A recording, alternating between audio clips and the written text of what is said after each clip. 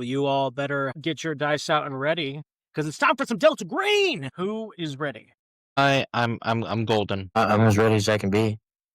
Alrighty. Previously on Family Questscape, you all had completed PX Poker Night. You guys had gone through, gotten in contact with your handler, and made your way to Platt Air Force Base, where you guys had just gotten word of strange happenings in the area. You do your research, you talk to people, you hack computers, you do surveillance. All of it kind of culminates together when an EMP goes off from the Sonnet van, which was parked in the aircraft graveyard. After several hours of it hitting you guys, two of you having to deal with the rest of the base at poker night, while Yuri trudges off to go snipe trank darts at the group at the van. Upon disabling them, you get there and find out that they are a splinter group of a group called Majestic 12. You also discover a group of aliens that crash landed because of the EMP device that went off. You actually saw this aircraft fly above a van and then crash land. And then some alien greys came up to you pleading for help as their pet dog was trapped in the wreckage. And you fell for their tricks. Went after it after you all had culminated in the van. At the van, after you had successfully turned off the device, the rest of your team came in after calming a very tense situation in which you could have killed one of the members that had gone insane. One of the Air Force personnel on the base that had gone insane. But you were able to knock him unconscious, get his gun, get out to the graveyard, and follow these aliens to their craft. Upon getting there, you did help get this quote-unquote dog out from underneath the wreckage, and it ran off, unable to find it. After all this happening, you call in the code 2319. Within minutes, Black Hawk helicopters, Apache helicopters come in to contain everything. You do the handoff, you all get on to one of the helicopters, and you are airlifted out. And that is where we will pick up with the three of you climbing on to this Black Hawk helicopter, getting airlifted out of Platt Air Force Base. What is going through your guys' mind right now as you've just completed yet another mission with an outcome you were not expecting? Your first one, a child died. You guys caused a forest fire. In this one, there were no deaths, but you found a conspiracy and you found out aliens are real, and you were personally unable to kill or contain them. I think this is weighing on Yuri pretty heavily. I think this is because it's weighing on him heavily because this is probably the first time that he directly contributed to an exposure event. Usually he's there for containment, to stop them, and in his mind, he thought he was probably trying to do a nice thing, just send the aliens on their way.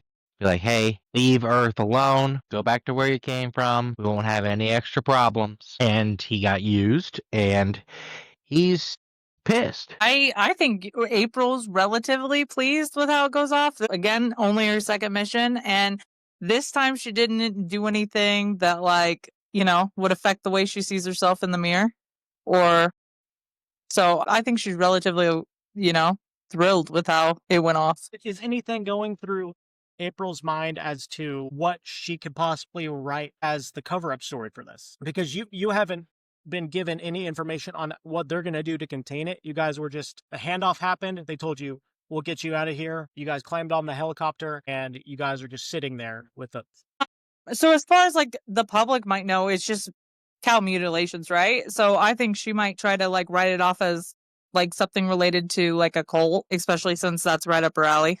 Okay. And that, mutilations happen in cults, so, and witchcraft and that kind of stuff. So I think she's feeling pretty optimistic, honestly. Okay. Quinn, what about you? I think Quinn's kind of in the same boat as Yuri, but not that he was like a expert containment guy, but like he feels guilty by letting that dog go, thinking that he was helping out extraterrestrial creature get home, and then it backstabbed us, took off, and caused a containment breach. Out of the three of you, only one of you is okay with the outcome of what happened. As you guys sit there contemplating what had happened, Dragonov, I want you, because as you've just said, this is the first time something like this has ever happened to you, I want you to roll sanity for helplessness because you contributed to letting it go when your whole shtick is you're there to kill any entity on sight. It's a 15 under. I already redid my sanity numbers, but it would have been a success anyways. Okay. I'll say it's just 1 point because it's eating at you that this is a first for you. Like even in Operation Fulminate, when you guys were dealing with the Kunyani in the national park system, while they did technically escape, you had the chance to go back and correct your mistake. This is completely different because you had to use a custom call code due to the presence of Majestic 12. And I'll give this to you for free. You personally, being a former member of GRU SV, you worked with both the old Delta Grain before it became the program and was initiated as a full part of the U.S. government again, and Majestic 12 in a joint operation to destroy the remnants of the Nazis that were trying to gather up any sort of paranatural, extranatural, supernatural things that they could get for power purposes, for just gaining weapons and doing that. You were part of the last team to do that, and that's how you knew what Majestic 12 was, and you knew that they weren't about killing. You knew they were like a good comparison is Delta Grain is like the global occult coalition from SCP universe, and Majestic 12 was the foundation. They want to procure, study, and try and create something out of whatever they can get their hands on. While Delta Grain is set fire to everything, cover it up, don't let the public know. So the fact that they were present here, that kind of unnerves you as well. And as you guys are helicoptered off and then go about your separate ways, this just continues to eat at you. And you guys are not contacted by the program again until the beginning of October 2018. Almost a full year has passed. So, Quick question. okay. They kind of Black Hawked us out as quickly as possible. Did they acquire our belongings and have those sent to us? Yeah.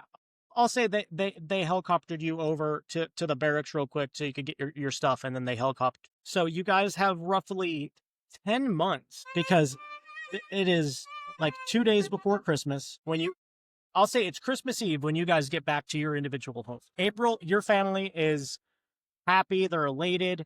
They thought you were going to be gone the entire weekend, and you're back before the holiday hits.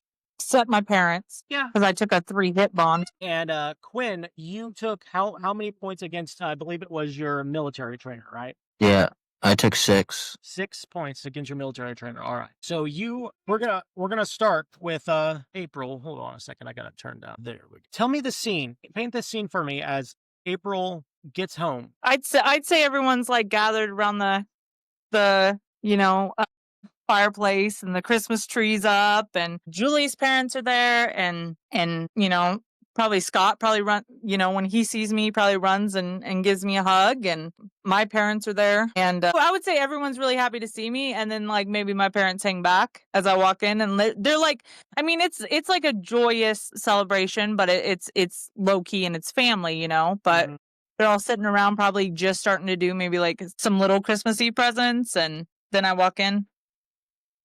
Okay. You walk in, and your son's the first one that sees you. He runs up to you, "Mommy!" and just like gives you that hug. And even without an alertness roll, you notice the look on your father's face. You can tell he is irked as he like kind of leans over and whispers something to your mom. And he just gives you a scowl. Julie walks up to you. "Oh my God, I wasn't expecting you to be back this soon. How did you get whatever job you did done so quickly? Like you said you were going to be gone at least until tomorrow." I'm not. I couldn't miss Christmas Eve with this kid, and I'm gonna ruffle Scott's hair. Don't get me wrong. I'm not complaining. Then she kind of like does like an eye motion towards your parents. They might have. Your dad is not happy. A holiday weekend with the family traditions we have in place. He is fuming. I've been having to hear about. I don't know how you're going to fix this, but you need to fix this today if possible, because I just don't want to deal with it. I've had to deal with it for 6 hours. Okay, why don't you take Scott and your parents in to make cookies for Santa? and maybe a drink for me, and I will go talk to my parents. Okay. Good luck. Scott, come on. As she goes inside, ushering him in, she motions to her parents. They all go inside, and it's just you and your parents sitting. I'd say it's like an outside patio area, maybe. There's a fire going, so it's not, cold. I'd say they were probably out there like roasting marshmallows or something, just having a little bit of a campfire type situation outside. Wow, guys, I've seen icicles less frosty than you. Merry Christmas. Could have been so important that you would abandon a tradition for work. You guys taught me that work comes first. I don't remember ever teaching you that. We may have worked hard, just as hard as you, in this field, and I am proud of the work you've done. But when have me and your mother ever worked on a holiday like this? A lead's a lead. Sometimes you just can't miss it. On Christmas, April, you may not have the lamb name anymore, but I consider that a hit to our family honor. You never work on a holiday. And this is the second time you've done so in a year? They told me about the 4th of July. I made it back before Christmas, and I'm here on Christmas Eve. It's not like I wanted to miss the holiday, but shit happens. You couldn't have postponed whatever story this was? Just a few days? And lose my lead? Especially when I've been working on this story for 6 months. Do you know how many leads I've lost because I wanted to be there for your mother and you growing up? Too many to count, but you always pick up the trail again. Considering how much me and your mother have taught you, I know for a fact you would have picked up that trail again. You guys work in a different area than I do. I do occult journaling. That means my leads are harder to follow. You follow people, they don't disappear like shadow. Like I'm following, cults, and I'm following witches, and I'm following people who are used to hiding. Well, I hope you found what you were looking, and I hope it turns out to be a great story. I really do, but I just want you to know how royally pissed off. I missed you. Your mother just has been staying quiet this entire time. We missed you too, huh? This is something we would have never done. I thought we taught you better than that. And they both walk off. Yep. And you are left alone right next to this campfire as your parents walk inside. And this interaction begins to show you what happens when Delta Green gets involved. That dealing with the things that you've dealt with in just the 2 events you've been a part of this year has caused ripples in your home life. And as you sit there, what's going through April's mind at the moment? Kinda, I guess, like a little irritated at. Well, first she's irritated at her parents because, she has no choice in this, and it's to keep them safe because, she's like, it's not like she chose to be in Delta Green. They kind of told her she had no choice to help out. And then, relief that at least things were cool with Julie and Scott. And then, just kind of relief that this is over and that she hopes it's a long time, if maybe never, before she hears from Delta Green again. It will be a long time, because the next time they contact you will be at the beginning of October.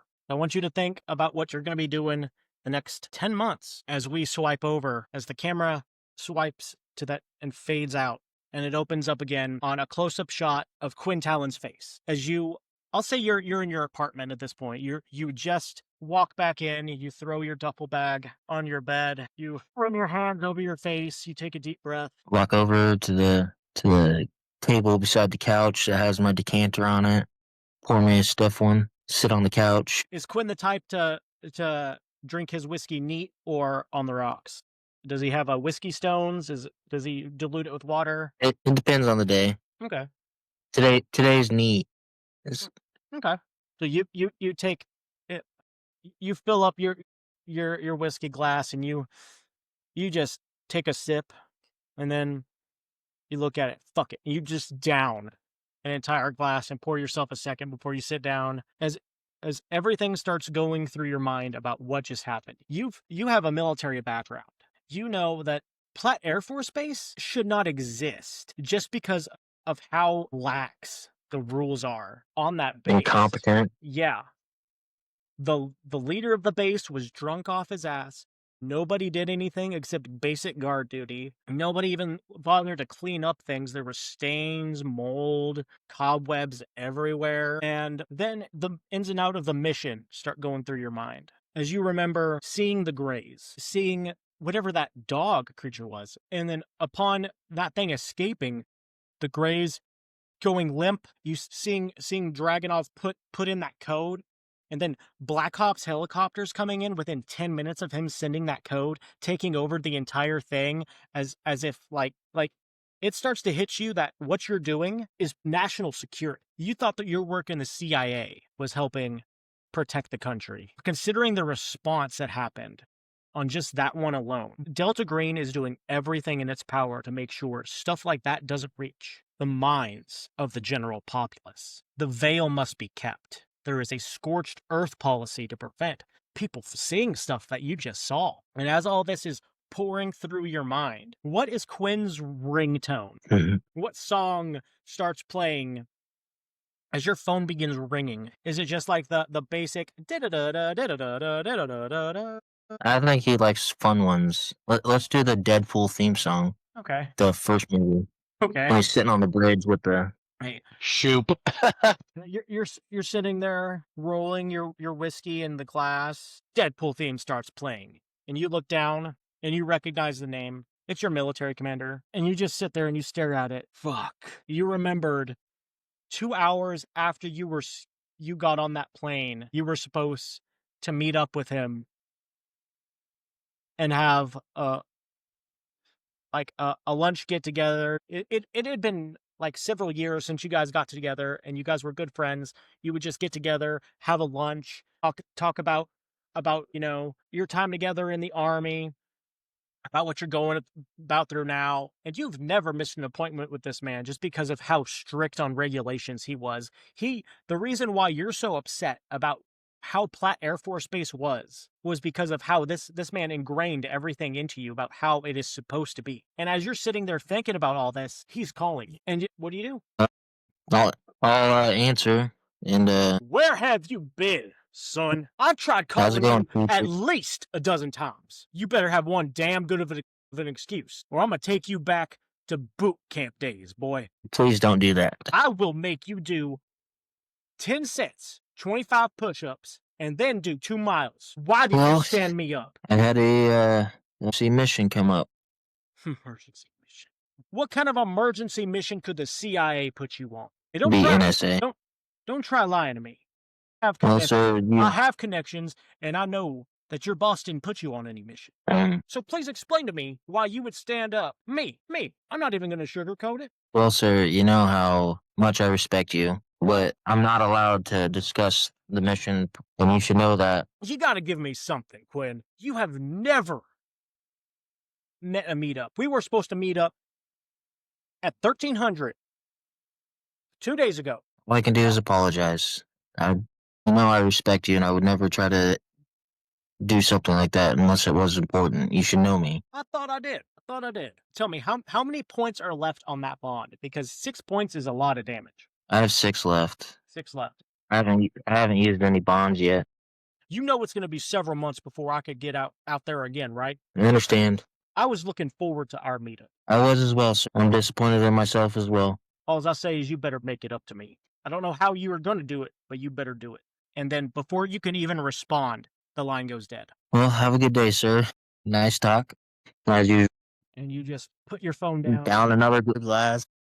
And right before you set your phone down, you do glance up, like you thumb up on the notification center because you haven't really looked at it. You've been too focused on the events of the past few days. You notice he called you 11 times, and also Cinnamon called you once, and she actually left you a voicemail. You listen to it. It's just, "Hi, baby. Just wanted you to know I was thinking about you. Hope you're doing okay. Remember, give me a call when you get back in town." But you down your glass. And what's going through your mind? Kind of worried about what might come of letting that dog creature go. I should probably call Cinnamon before I go, or tell her to come over or something.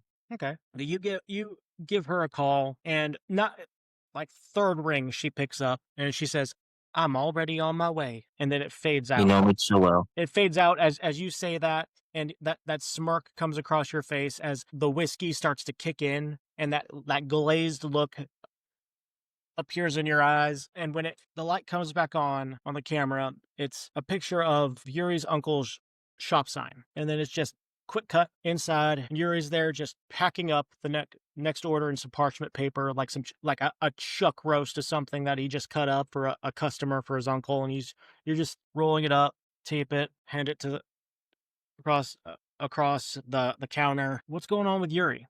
Because I don't think you took any bond damage. No, he did not. So the scene is gonna play kind of like a montage.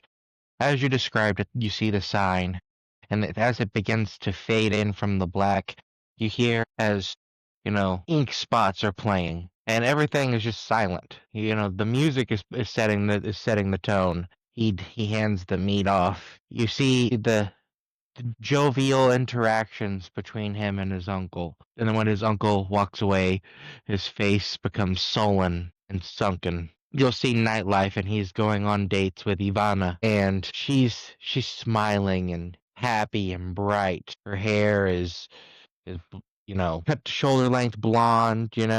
She's patting him on the back, and she's happy, but like he's kind of putting on fake smirks and just kind of nodding his head, going through the motions. The montage cuts. You see him running around the park with Pasha, doing his morning run, making sure his dog is getting ran. It cuts again. You'll see him in another park scene, him playing checkers with his reverend friend and, cutting jokes. But every scene you see Yuri in, and this song is playing, his face becomes more and more sunken. He is he's a shell of himself. And then the music cuts, and you see a concrete bathroom, like it's in the back of a club, like a cyan light blinking over a mirror, and he's standing in front of the mirror looking at himself, and he just screams. He screams bloody murder, and he throws his right fist up and he smashes the mirror, and just the shards of glass go everywhere. And he kind of stops, and he looks at the mess he's made on his hand. He looks at the shards, and he finds a relatively larger chunk, and right there in that bathroom he just starts cutting his hair with the mirror as if it's a razor blade, and he makes himself bald. He still has his beard, but he just gets rid of all of his hair. And with a piece of glass, that probably looks pretty patchy unless he goes over it with a razor afterwards. He's not worried about it right now. He kind of like rips off some excess shirt that he has, and he kind of wraps up his hand and just kind of walks out. And just as he walks out, the door swings open, and it's just a bright light. That's the Yuri scene. Okay. About 2 weeks pass from this moment, and individually, you're all going about your own things. April, you're working on finalizing that story. Quinn, you're at your desk at the NSA, working away, typing, trying to keep your mind still. Yuri, you're going through the workings of getting meat, packaging meat, walking the dog, talking to your lover, talking to your uncle. You're all going through the motions, and then one day you all turn on the news, and I'll say it's like CNN or something, one of the ones that goes across the nation to reach all of you. Word out of Platt Air Force Base in Nebraska today, as inexplicably a terrorist attack has happened at the base, causing the entirety of millions of dollars worth of aircrafts have just been blown up by some sort of terrorist strike. Not much information is coming out from the higher-ups in the government at the moment. All we know is that some sort of terrorist attack has happened at Platt Air Force Base, and they are doing all they can to contain the fires and make sure it doesn't spread to the farming communities nearby as it starts rolling into that, and you guys are watching. And it brings a new meaning to yet another event where scorched earth takes on a whole new meaning as you realize that to do whatever they did, as you guys continue listening, it's a few casualties of base personnel. About a mile radius around the base had caught fire before they were able to contain it. And at the current moment, you see that the suspect was Corporal Bob Price, the guy that went insane. He's being blamed for all of this. And April, you just get a random message from the handler that just says, put some sort of terrorism spin on whatever you write. And that's the only message you get. Okay. And as this story unfolds more and more over the next month, and you put out your story, and that story comes on the news as more information out of Platt Air Force Base in Nebraska, as it seems that one of the Air Force men who was charged with setting fire to millions of dollars worth of vacant aircrafts and destroying about a mile of forested area around the base has been found responsible and part of some sort of esoteric cult. What is the name of the cult that you gave? Give me a second. Okay. Can't go wrong with Heaven's Gate. Let's do Their website is still active to this day. Gamma Redacted. Gamma Redacted. Okay. As you're seeing this unfold, you take a smile on your face as you are seeing your story, and they say your name is attached to it. You're sitting there watching it with Julie and Scott, and they're just like, "That's where you went, April." I'm just gonna cringe, but keep looking at the TV. And as soon as your name is mentioned on it as the investigative journalist that was on site during the event, you can see Scott kind of lean forward as he's sitting crisscross applesauce on the floor right in front of this couch that you guys have, and he just leans forward, like fully engrossed now that he knows that you were involved in whatever this is, and he is trying to leech up every single word. As we swipe over to Quinn, as you're seeing this, what's going through Quinn's mind as you're seeing the story that Delta Green has developed? And mind you, you don't know that April's the one responsible for this. Didn't you say that they gave her corresponder credits? They did, but they don't. You guys don't know my real name. You don't know her name. And if they didn't show my face, That's right, we don't know her real. We know her as Shadow Fox. Quinn's just gonna shake his head and like, damn, that really imaginative people in this group. Yuri, what goes through your mind as you watch the news and see this? I think that's what sets him off and makes him do the bathroom stuff. The fact that an innocent man was charged and put in jail for something. The whole situation. Yeah. He is. I think the thing that what weighs on him the most is like the fact that he had to call in a 2319. Okay. And because he had to actually use that code, and he's never had to use that code before ever. I think just like the gravity of how serious this job is actually weighing on him for the first time, and he doesn't know how to take it. Especially seeing as he's dealt with some increasingly bad things. Like, out of all the operations he's been on, that was probably the simplest and the safest op he's been on in his entire operation. But just the mere failure weighs on him so heavily, and it drives him to a point of just like, kind of like a little bit unhingedness, even if it's just for a moment in a bathroom. I'll say, as you come out of that bathroom,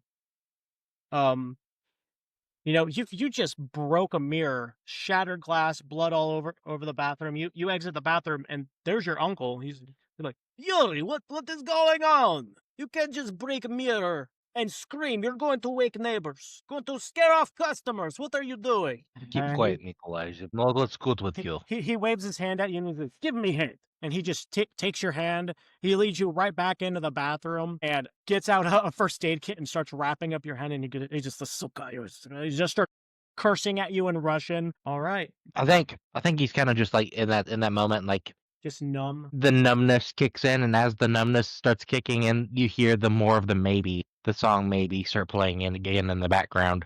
Okay. And as it ramps up and like does it like a close up of your face and fades out, what do you guys do with the next 10 months? Well, at this point, 9 months. What skills would you like to improve? What do you do? Do you go to how many can we improve? You have 9 months, 9 skills that you have failed at. All right, I got mine ready, and I failed exactly 9. Sweet. So okay, go through them one by one. So I'm gonna say to increase these scores and get a little bit better at what you're doing. Okay. So I needed to work on my craft journaling, which I'm gonna say writing my story was working on that. Okay. Go ahead and roll that D4 plus 1 and add that to the skill. Okay. It's a 1, so is it a 0 or a 1? That's 1. Okay. And then I got like some advanced spot the difference so that I could work on like my perception or alertness. Okay. Go ahead and roll for that. A 3, so 2. Okay, and then I'm gonna say I took like a communications course to help me with my persuade. Once A down. 2, so 1. And then I'm gonna say I took a self-defense class to work on my unarmed combat. Okay. 3, so 2. Do a little Krav Maga. I'm gonna say I did a 5K, which makes sense anyways, because April's a runner, to work on my athletics. All right, I like it. As we're going through this montage, songs playing in the background is going through all of these scenes, you riding, working out, maybe some taekwondo, Krav Maga, whatever it is you try to do. What's next? You got to join like a scavenger hunt club to like I don't know, like they're not clubs, but they have like scavenger hunts that are like around towns, like big cities. Even Des Moines has one. Geocaching? So yeah, I'm gonna say I do that to work on my search. Do some geocaching. Because I fail it every time. Yeah. So add 2. Okay, and then to work on my first aid, I'm gonna patch up Scott when he falls off his bike. maybe I'll like cut my hand. I'm gonna make a small cut in my hand and I'm gonna practice stitches. And I'm gonna, like practice. I'm probably gonna make a few like little like minor cuts that aren't noticeable, but just to work on like my stitches. Okay. I'd say you could also, if you want, you could also add 1 point to surgery as well for that, because stitching up wounds is a big part of surgery. You could also add 1 point of surgery for that. Brings me to a 1 in surgery, so there's a chance now. I'm gonna say to work on my human, I'm gonna take like a body language analysis Okay. class. Gosh, what was it? I finally rolled a 4, so that's awesome. I just started rewatching Get in the Trunk, and one thing they pointed out was a good alternative to human would be psychotherapy. Just so you guys are aware, because human is trying to read a person in the moment, but psychotherapy would be like trying to figure out what their motives are. So Nice. keep that in mind going forward. And then for my science, which is biology, can I do like maybe I pick up like tutoring in biology? Yeah, absolutely. Which would like you go down to the local community college and do some sit-ins on some biology or maybe microbiology, whatever courses you decide to just sit in on and audit. Well, I thought maybe I was thinking about me tutoring. Would that help? Oh, okay. Like if I'm like, okay. Absolutely. Just because I have a 60, so it's like relatively high, I feel like she could tutor. Yeah, that'd be no problem. Okay, that's all my skills. All right. Who wants to go next, Quinn or Yuri? Yuri just has 1, and it's military science. I imagine he levels up in that because he is part of containment. He probably has to do all the bureaucratic stuff for the debrief and everything, and the stuff that April and Gwen don't necessarily have to worry about. It's stuff that Yuri has to take care of after the job is done. Like, I think that's how he gains experience, is just going and talking to members of leadership and getting the scoldings and all the things. I'll tell you what, on top of that, just because you mentioned it, you could also add 1 point to bureaucracy as well. Okay. And what else does Yuri do in the 9 months for a very particular news story comes across and you guys are contacted again? Right. I think he does a lot of the same mundane stuff that he has been doing. That's probably not going to change too much. I think this is probably the longest he's gone without being contacted for an operation. I think that he'll probably go on like more hunting trips for Nikolaj to go obtain different like meats, like the exotic meats, like the venison or the yak or whatever special stuff that they're selling. He'll take those opportunities and do that as well, because like he wants to get out and like use his mind and do the military stuff that he's trained to do, and he's just stuck. There may or may not be a scene of him like just like mutilating a whole like animal with just a knife because he goes primal. You don't see the mutilation on the scene. What you see is that camera angle from Red Dead Redemption where it's just you with the knife. You spin your combat knife and cut it open, and you're getting splattered with blood as you're just grimacing from it because you're taking out your aggression on this deer, and splattered, grunting as you're chopping it up, getting it prepared to bring it in. Does Yuri do anything else in particular? Do you go to therapy maybe? Try to get back some sanity points or something like that? He probably goes through the standard therapy that he's required to do during debrief, but nothing more sophisticated than that. Okay. So nothing that would affect your sanity outright. Just no, because his sanity went up from the experience. Because but like he didn't take crazy amount of damage to the point where like he would have to like visit somebody on the regular, or like he would pick up like a drug habit or something. All right.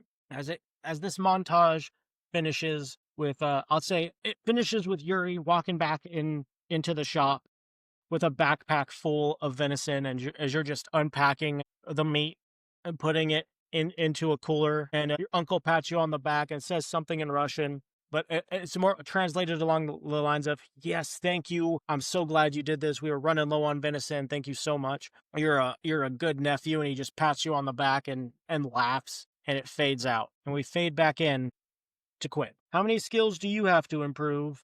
And what are you doing to improve them? Leevi. I have 7, sorry. I muted myself. I have alertness. Okay, what do you do over the next few months to up your alertness a little bit? Go around and try to see if I spot things around the office or out in the public, out in the world as I'm walking down the street. See if I spot random things that try to notice things. And you do as you're going through stuff. You spot like minor stuff that you probably wouldn't have noticed before, like your secretary playing Galaga, or no, they're playing that fun pinball game that was on every freaking computer in the early 2000s, instead of actually like going through her emails and stuff like that. You catch her doing that. You don't say anything, but you catch her doing that.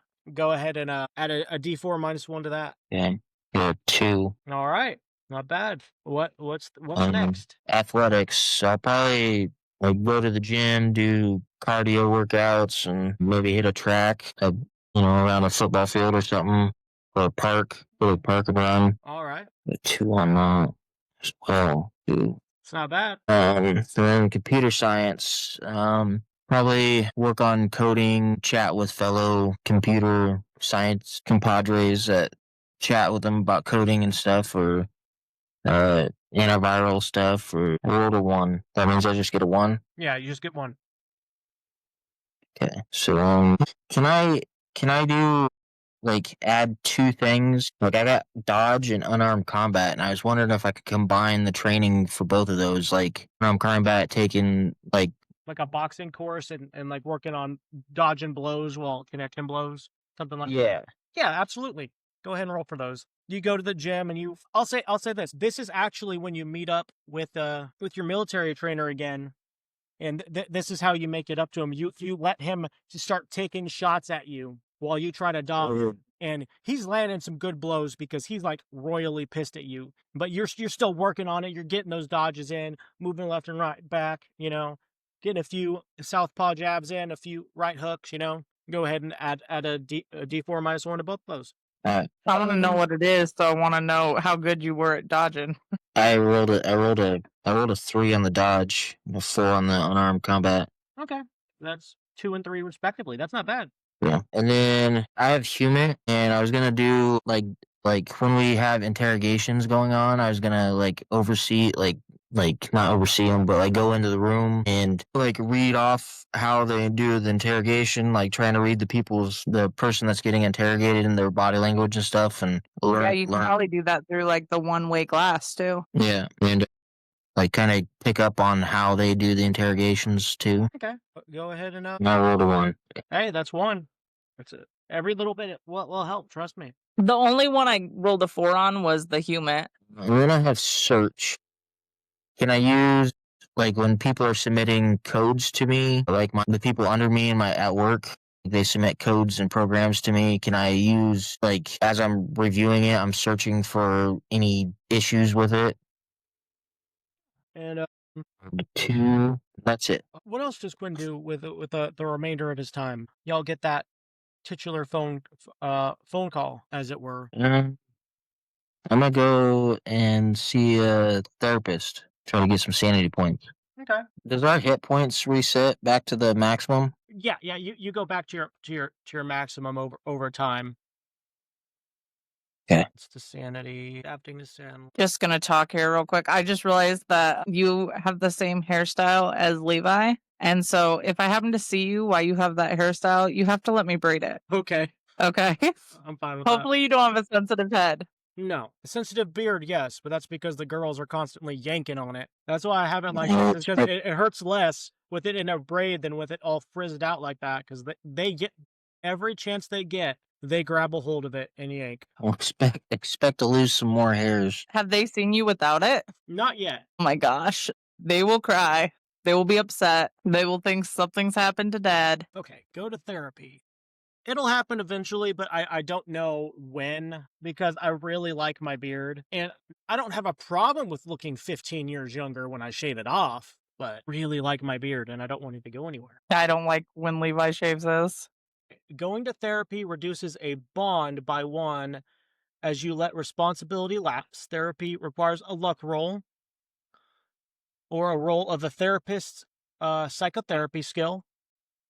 Must decide whether to truthfully tell the therapist what caused the sand loss. If you do, there are risks. If the sand loss comes from confronting the unnatural, the handler can decide whether or not the therapist believes you. The therapist may, in turn, lose their own sanity from the stories. If they think that they're delusions, it'll be a negative 20% roll. If the luck roll fails, 1+. Okay, first of all, do you tell the truth? And you will be lowering a bond score by 1, so... If I tell the truth or don't tell the truth? As part of going to therapy. Oh, okay.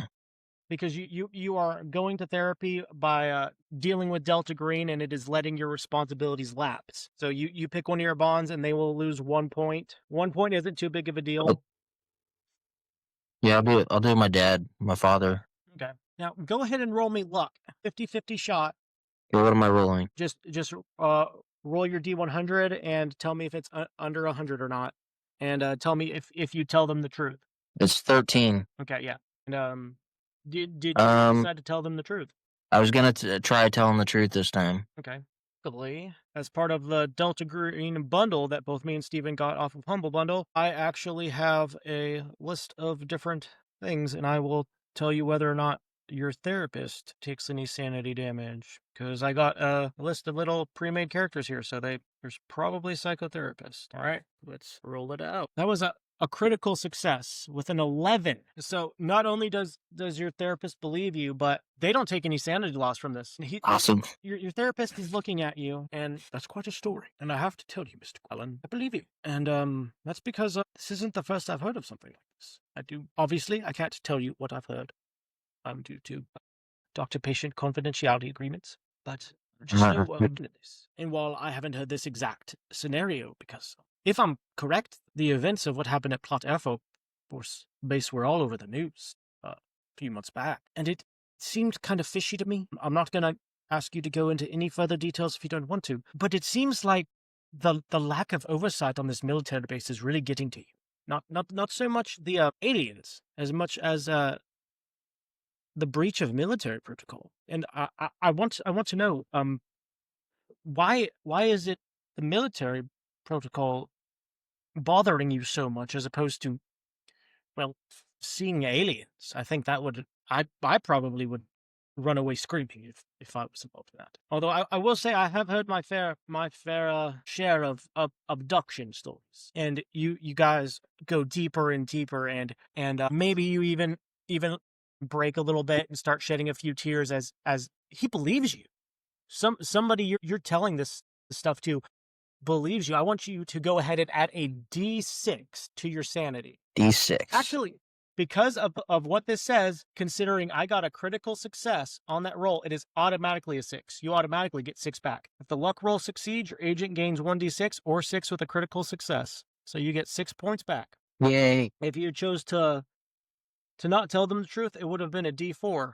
So go ahead and reset your breaking point as well, which will make your breaking point go up a little bit. Got it. Because sanity points is sanity minus willpower, right? Yes, I believe. Wish my willpower was a little better. It is what it is. I've got one question for you guys real quick. Did any of you fail any stat rolls? Because I remember I had you guys roll intelligence rolls. Because it says here on the same page that you can improve your intelligence, your strength, your power, or your charisma by the same. I definitely failed an intelligence roll. I failed a strength. Describe what your agent is doing to improve the stat or skill, taking night classes for intelligence or skill, lifting weights for strength, meditating to strengthen self-discipline for power, socializing for charisma, going to physical therapy, attempting a test for a stat times 5 of a skill. If the test fails, add 3d6 percentage points to a skill. So you can go ahead and add 1 point to each of your stats that you failed. I was the only one who failed Constitution. That is a good thing to know, is that if you fail those rolls as well, you can increase them by 1. I'm just gonna watch gross videos on the internet. Yuri probably would have got his intelligence stuff while he was doing his military science. Probably I will say just this, it does say that the maximum pointed you could get on your stats is 18. So if you're at an 18, that is the max you can go on that stat. I was at 8 on strength, so. Okay, yeah, so you could go up to 9. And I was at 8 on intelligence. I'm not 18 at anything. And on top of that, is there any type of personal motivations you'd like to delve into, or special training, considering how much this affected Yuri? Yuri, do you stay on the case? Do you spend nights and weekends poring over the operation, trying to think of what you could have done better? Because you guys have got a few months at this point. He probably wouldn't stay on the case, but he probably thinks about it a lot. Same thing with the two of you. Do you guys do any special training, personal motivation stuff, or do you try and do some more deep diving into the case, or maybe deep diving into Delta Green, seeing what you guys could find? Because it's been a year. They contacted you 2 times within a year, and it's been, at this point, I'd say 8 months, nothing, and it's eating at you because you don't know when you're going to get that call. You don't know when they're going to contact. Can I take a couple vacations and work on my drive skill? Because so far we've had to drive in bad weather both times, and I only have the basic 20. I go to Seattle to drive in some rain, and maybe we go to the Midwest and drive in some snow. Okay. You can absolutely do that, but one of your bonds will take a point of damage as a result of you going on these vacations, because you're letting your responsibilities to them lapse. As I will say, you're probably going on these vacations with Julie and Scott, right? Yeah, I'll take the hit with my friend. Okay, yeah, so they're perfectly fine, but you let your friendship kind of lapse a little bit as a result of that. Absolutely, yeah. Go ahead and add a D4 to your drive. Okay, 1. I think I would like to write a program to use the world, the countries, and I don't know, computer system and cameras and stuff. The program will just be in the background and search for any signs of that alien, that dog creature. So you're looking specifically for anything that pops up of those type of creatures or alien rays popping up on the database or whatever? Yeah, and then that way I can report back to send a message through that app, that Delta Green app or whatever, to try to give them a heads up of the location, the possible location if anything pops up. Because letting that creature go has been eating at me a little bit. As you're monitoring this, nothing really shows up, but you're so focused on this because it's eating at you. One of your bonds will take a point of damage. And as you're doing this, you're just sitting there at your desk at work, just diving through files, and your father rings you up. You answer the phone. Quinn, I feel like I never see you anymore. You're always working. When are you going to come and see me? It's been months. I've been really busy at work. There's a lot of things going on. I know you're busy at work. I haven't seen you in 6 months. I'm starting to worry about your health. Can you at least come by and have dinner with me? I'll do my best to get over there. Your best. I want to see you here at 8 o'clock. I'm making tacos. All right, I'll be right over as soon as I can. Even though he takes the phone away from his face, you do hear like a slightly muffled, yes. All right, I'll get things going over here. Remember, 8 o'clock. 8 o'clock. I love you, son. Love you too, Pops. And he hangs Be up. healthy. He hangs up on you. Did you put that second point into your father as well, or did you put that in? Yeah. Okay. What about let me trying to think of how I want to do it for April's best friend name real quick, because Terry. There we go. So you get back from one of your vacations, April, and a few days after, Terry shows up at your door. Girl, I feel like you're avoiding me. Like, you open the door and like she doesn't even say hello. She just walks in. I feel like you're avoiding me, April. Dramatic much? I think I'm allowed to be dramatic. I haven't seen you in 3 months. Like, you don't even call me. This is the second vacation that you've taken from what Julie's told me, and you don't even bother to tell me that you're going out of town and I'm not going to see you for months. We're supposed to be close. We're supposed to be like sisters. What happened? I've just been busy. You're always busy. You're always going on the next case, and you do good work. I'm really proud of you, April. And don't get me wrong, you deserve your family time. But when was the last time we went out for drinks and just talk shit about the Kardashians like we used to? So what you're saying is you need a girls' night? I need a girls' night. You've been blowing me off for too long. I got you. Julie will be back from the store in like 30 minutes. Come build Legos with me and Scott, and I bet you Julie will be fine with us going out for a bit. She said Legos? Legos. Okay, I'm in. And she just closes the door.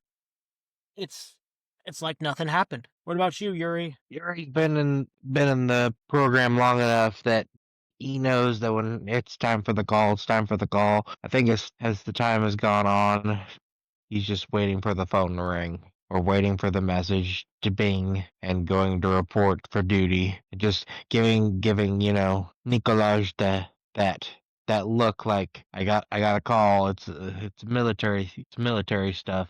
He never knows what the military stuff is, but he knows it's military stuff. And it is. And it can be at times. But as it fades out, and when the camera comes back into focus, it's a drone shot. A drone shot of the Pacific Northwest. As you guys just see, evergreens going far and wide. As that typewriter sound hits Seattle, Washington, October 1st, 2018. As it focuses in on an elderly man. And you could tell that he looks vibrant. He looks like a lively 60 years old. And he's holding a pill bottle. And he pops it open and he looks inside.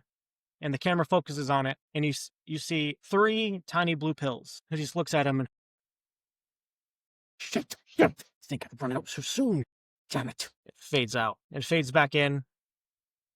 And you see the same man in this elaborate, pristine laboratory. And you see him crack open one of those pills and start examining it. And he's looking at it under a microscope. And then you just see his eyes. It focuses in on his eyes as they go wide. And then it fades out. As October 2nd. News out of Seattle, Washington, as a local geneticist has been found dead on his own property in Mills Creek. Words coming in from law enforcement that everything looks odd. They don't have any suspects at the moment, but this looks like the story that's going to capture the American public for the rest of the year as it goes more and more in depth into this story. And you get a name as it goes deeper and deeper into this. Researcher Talbert Greaves and girlfriend Amber Griffin found dead as we fades out from that as you guys are watching that news story. And not even 30 minutes later, each of you get a knock at the door. You open up your doors, and there, in front of each of you, stands 2 men, each wearing suit and tie, black suit, black tie, FBI badges. April, Julie opens the door for this. Quinn, you open the door. Yuri, they to the butcher shop. I'm sorry to bother you at home, Miss Ward. We're going to need to take Miss April with us. This is a matter of national security, and we need her to come with us right now. They come into Yuri's shop. Mr. Petrova, we're with the FBI, and as a matter of national security, I need you to come with us. It's carnal. Your rank doesn't matter at this moment, sir. We need you to come with us. Quinn, you get that knock on your door. Mr. Talen, as a matter of national security, we need you to come with us. Does the Black Moon howl? Got it. We go back to April. These 2 guys standing in your doorway. You're the only one with a family. that sees this happen, because Yuri's just going to walk out. Quinn's just going to walk out. You have a family. As these two men, full suit, FBI badges, come up to your door. Miss April Ward, we need you to come with us. It's a matter of national security. I'm gonna. You and Oh, Julie are no, just standing there, and you just hear Scott in the background.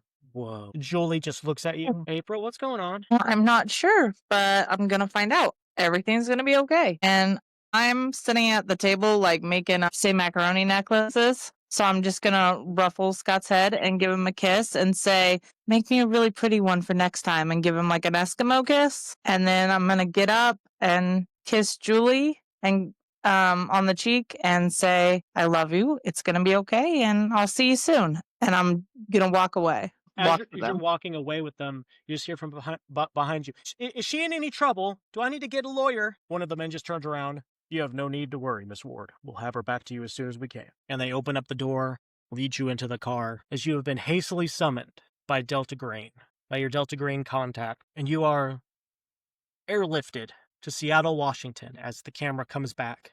And it says Seattle, Washington. You're in this briefing room. Sitting across from you is your handler.